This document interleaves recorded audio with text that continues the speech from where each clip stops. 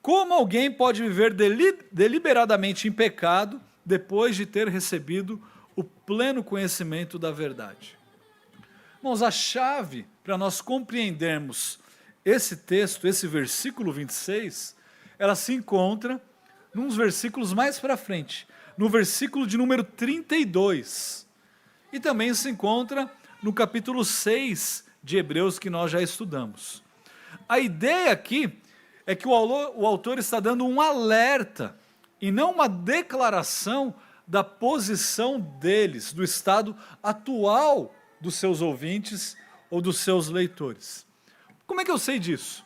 Versículo 32, ele diz assim: lembrai-vos, porém, dos dias anteriores, em que depois de iluminados, sustentastes grande luta e sofrimentos.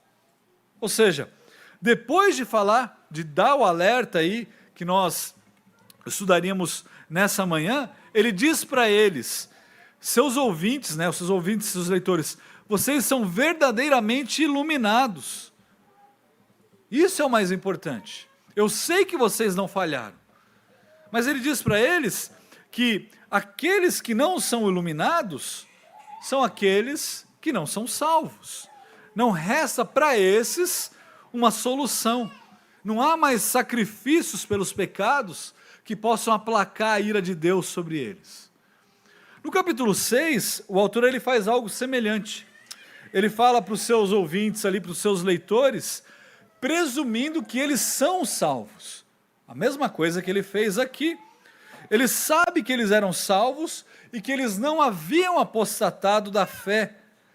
Lá no capítulo 6, no versículo 4, nós lemos o seguinte: é impossível, pois, que aqueles que uma vez foram iluminados e provaram o dom celestial e se tornaram participantes do Espírito Santo e provaram a boa palavra de Deus e os poderes do mundo vindouro e caíram, sim, é impossível outra vez renová-los para o arrependimento, visto que de novo estão crucificando para si mesmos o Filho de Deus, expondo a ignomínia.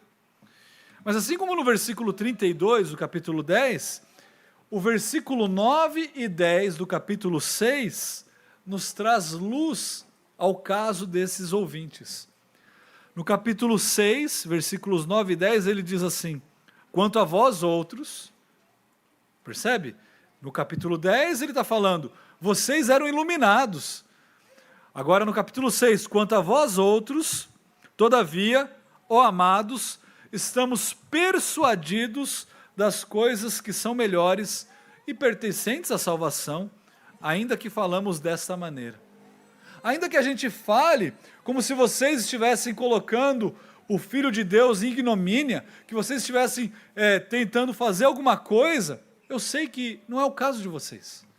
Vocês são salvos, eu tenho plena certeza disso. Mas esse alerta é justamente aqueles que acham que são salvos e que não são.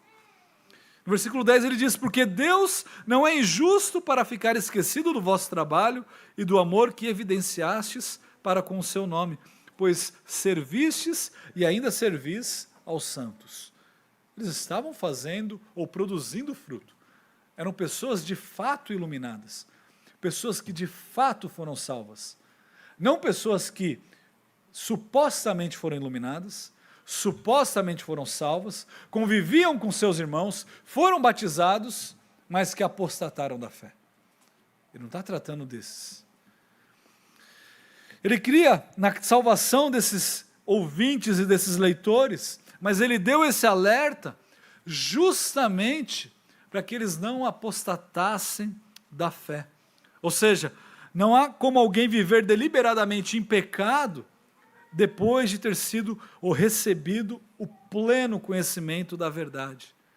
Ou a pessoa não recebeu o pleno conhecimento da verdade, ou ela apostatou da fé. Essa é a conclusão que nós chegamos. Ou você recebeu o pleno conhecimento da verdade e foi de fato salvo, ou você apostatou da sua fé. Nós já vamos ver o que isso significa. A realidade é que a vida deliberada em pecado, é uma certeza de perdição. É uma certeza de perdição. Uma vez que aqueles que foram salvos, eles não podem perder a salvação, como nós acabamos de ver aqui. Por outro lado, aqueles que vivem deliberadamente no pecado, eles estão demonstrando a quem eles estão servindo. E este não é Deus.